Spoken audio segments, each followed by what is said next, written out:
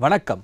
Flame setting, மெல்லிய sheet மற்றும் case cutting உலோகங்களில் welding பயிற்சி குறித்த இந்த அமர்வுக்கு உங்களை வரவேற்கிறேன். அமர்வை தொடங்கலாம். இந்த அமர்வின் நோக்கங்களை பார்ப்போம். இந்த அமர்வின் முடிவில் நீங்கள் செய்யக்கூடியவை: நாசில் அளவுக்கு ஏற்ப கேஸ் பிரஷரை செட் செய்யவும். ஜாபின் தடிமனுக்கு ஏற்ப சரியான அளவு நாசிலை தேர்ந்தெடுத்து பொருத்தவும்.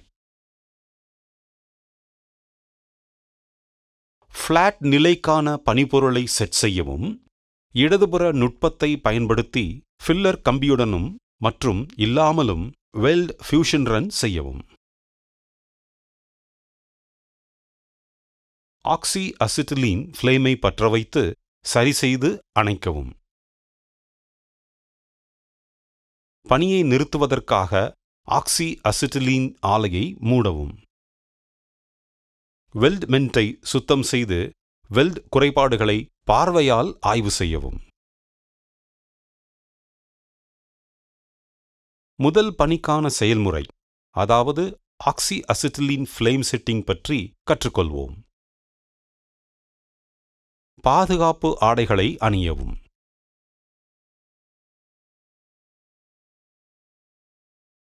கேஸ் சிலிண்டர்களை திறந்து ரெகுலேட்டர்களில் கேஸ் பிரஷரை சரி செய்யவும். ப்ளோ பைப்பில் அசிட்டிலீன் கேஸின் கட்டுப்பாட்டு வால்வை திறக்கவும்.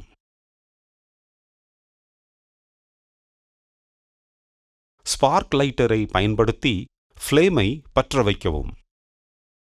கருப்பு புகை வெளியேறும் வரை அசிட்டிலீன் ஓட்டத்தை சரி செய்யவும். ஃப்ளேமில் எந்த சத்தமும் இல்லாமல் சரியான வட்ட உள்கூம்பு நிறுவப்படும் வரை ஆக்சிஜன் கேஸை திறக்கவும். இது நியூட்ரல் ஃப்ளேம் என்று அழைக்கப்படுகிறது.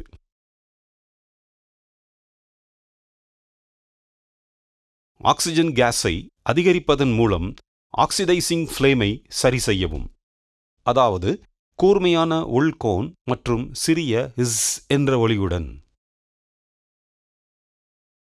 நியூட்ரல் ஃப்ளேமை மீண்டும் செட் செய்து எந்த சத்தமும் இல்லாமல் வெளிப்புற ஃபெதரால் மூடப்பட்ட மென்மையான உள்கோன் மூலம் அசிட்டிலீன் கேஸை அதிகரிப்பதன் மூலம் கார்பரைசிங் ஃப்ளேமை சரி செய்யவும்.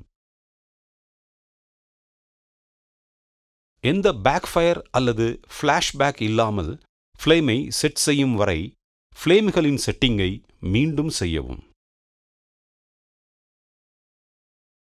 முதலில் அசிட்டிலீன் வால்வையும் பின்னர் ஆக்சிஜன் வால்வையும் மூடுவதன் மூலம் ஃப்ளேமை அணைக்கவும். சிறிதளவு ஆக்சிஜன் கேஸை திறந்து குளிர்விக்க ப்ளோ பைப் நாசிலை தண்ணீரில் நனைக்கவும். சிலிண்டர் வால்வுகளை மூடி லைனிலிருந்து எல்லா பிரஷரையும் விடுவிக்கவும். அடுத்து இரண்டாவது பனிக்கான செயல்முறையை பற்றி அறிந்து கொள்வோம். அதாவது ஃபியூஷன் ஃபில்லர் ராட் இல்லாமல் கேஸ் மூலம் ஃப்ளாட் பொசிஷனில் இயங்குகிறது. வரைபடத்தின்படி ஸ்டீல் ரூலை பயன்படுத்தி ரா மெட்டீரியலின் அளவை சரிபார்க்கவும். வரைபடத்தின்படி தேவையான அளவை குறிக்கவும் மற்றும் அளவுக்கு ஃபைல் செய்யவும். வரைபடத்தின்படி பீட் நிலையை குறிக்கவும்.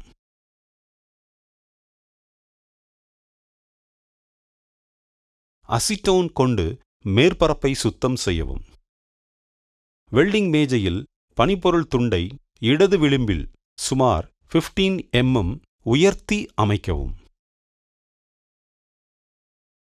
இந்திய ஆக்சிஜன் தயாரிப்பில் உள்ள ப்ளோ பைப்புடன் நாசில் அளவு 5ஐ தேர்ந்தெடுத்து இணைக்கவும்.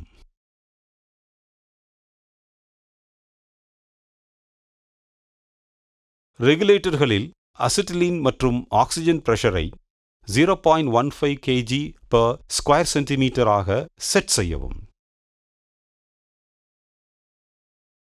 பாதுகாப்பு ஆடைகளை அணியவும்.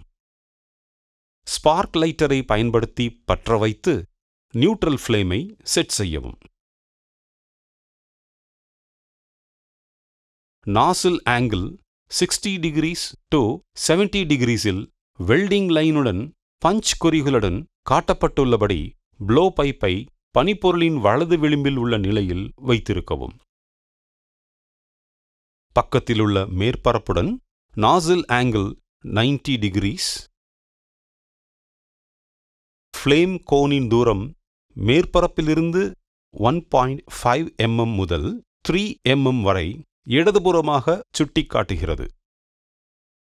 ப்ளோ பைப்பின் லேசான வட்ட இயக்கத்துடன் மேற்பரப்பை சூடாக்கி இணைக்கவும்.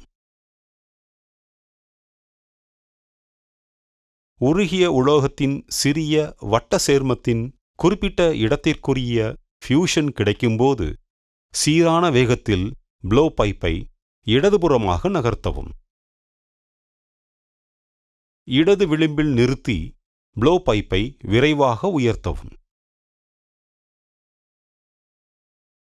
தீயை அணைத்து ப்ளோ பைப்பை தண்ணீரில் குளிர வைக்கவும். உருகிய மேற்பரப்பை ஸ்டீல் வயர் பிரஷ் கொண்டு சுத்தம் செய்யவும். ஃபியூஷன் ரன்களின் சீரான தன்மையை ஆய்வு செய்யவும். ஒரே மாதிரியான ஃபியூஷன் அடையும் வரை பயிற்சியை மீண்டும் செய்யவும். இப்போது மூன்றாவது பணிக்கான செயல்முறையை கற்றுக்கொள்வோம். அதாவது கேஸ் மூலம் ஃப்ளாட் பொசிஷனில் ஃபில்லர் கம்பியுடன் ஃபியூஷன் ரன். வரைபடத்தின்படி ஸ்டீல் ரூலை பயன்படுத்தி ரா மெட்டீரியலின் அளவை சரிபார்க்கவும். வரைபடத்தின்படி தேவையான அளவை குறிக்கவும் மற்றும் அளவுக்கு ஃபைல் செய்யவும். வரைபடத்தின்படி பீட் நிலையை குறிக்கவும். அசிட்டோன் கொண்டு மேற்பரப்பை சுத்தம் செய்யவும். வெல்டிங் மேஜையில் பனிப்பொருள் துண்டை இடது விளிம்பில் சுமார் 15 mm உயர்த்தி அமைக்கவும். IOL மேக் சஃபயர் வகையின் நாசில்களின் அளவு 5ஐ தேர்ந்தெடுக்கவும். அசிட்டிலீன் அல்லது ஆக்சிஜன் பிரஷரை 0.15 kg/square centimeter ஆக செட் செய்யவும். 1.6 mm டயாமீட்டர் உடைய லேசான ஸ்டீல் காப்பர் பூசப்பட்ட அதாவது CCMS ஃபில்லர் கம்பியை தேர்ந்தெடுக்கவும். பாதுகாப்பு ஆடைகளை அணியவும். ஸ்பார்க் லைட்டரை பயன்படுத்தி பற்ற வைத்து நியூட்ரல் ஃப்ளேமை செட் செய்யவும். ப்ளோ பைப்பை 60 டிகிரிஸ் டு 70 டிகிரிஸ் ஆங்கிளில் ஒரு லைன் பஞ்ச் செய்யப்பட்ட ஷீட்டின் மீது பிடித்து வலது பக்கத்தில் ஒரு சிறிய உருகிய சேர்மத்தை உருவாக்கவும்.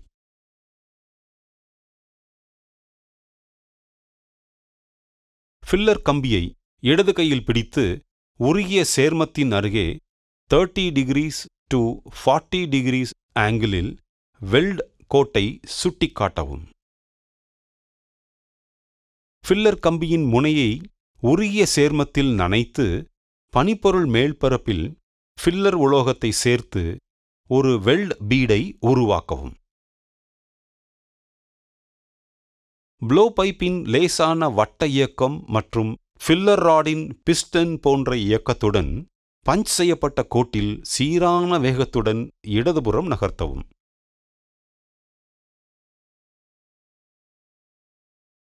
இடது விளிம்பில் நிறுத்தி ப்ளோ பைப்பை விரைவாக உயர்த்தவும். தீயை அணைத்து ப்ளோ பைப்பை தண்ணீரில் குளிர வைக்கவும்.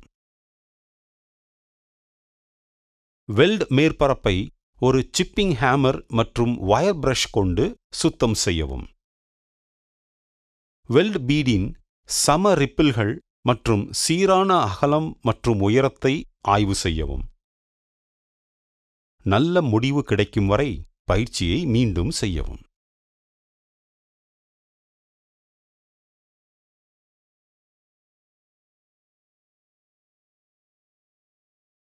இப்போது ஃப்ளேம் செட் செய்யும் பயிற்சியில் செய்ய வேண்டியவை மற்றும் செய்யக்கூடாதவை பற்றி கற்றுக்கொள்வோம். ஸ்பார்க் லைட்டரை தவிர வேறு எந்த நெருப்பையும் பயன்படுத்துவதை தவிர்க்கவும். எப்போதும் தீயை அணைத்து பணியை நிறுத்தவும். அதிக வெப்ப செறிவை தவிர்க்கவும். உலகம் மிகவும் சூடாக ஆகிவிட்டால் அந்நேரத்தில் உருகிய சேர்மத்திலிருந்து சிறிது தூரத்தில் ப்ளோ பைப்பை உயர்த்தவும்.